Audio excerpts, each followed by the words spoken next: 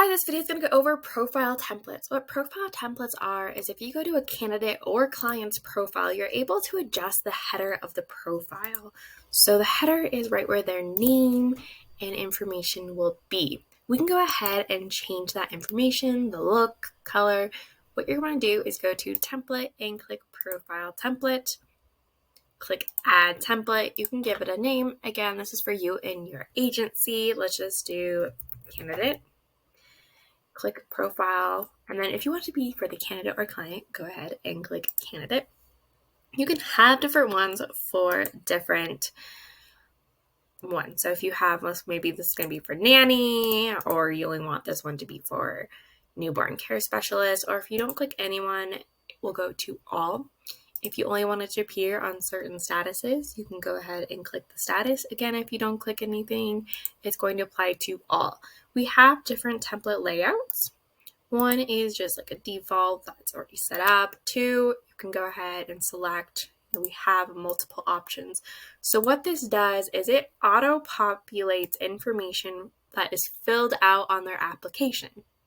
So you can move things around. We'll just stick with this one for an example. It's going to pull your logo that is within the dashboard. You can adjust the settings, like how big you want it to be.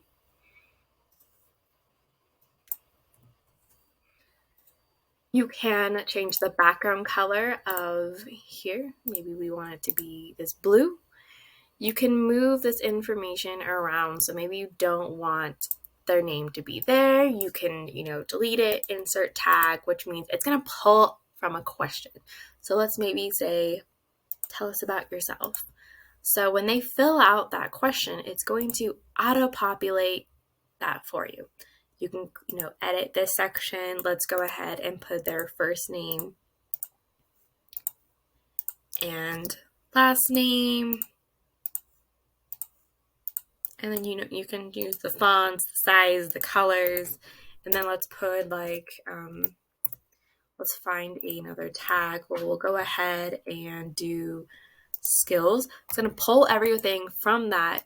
And then we'll just put skills. So then it will show the answers to that question. You can add an image. You can undo any font here.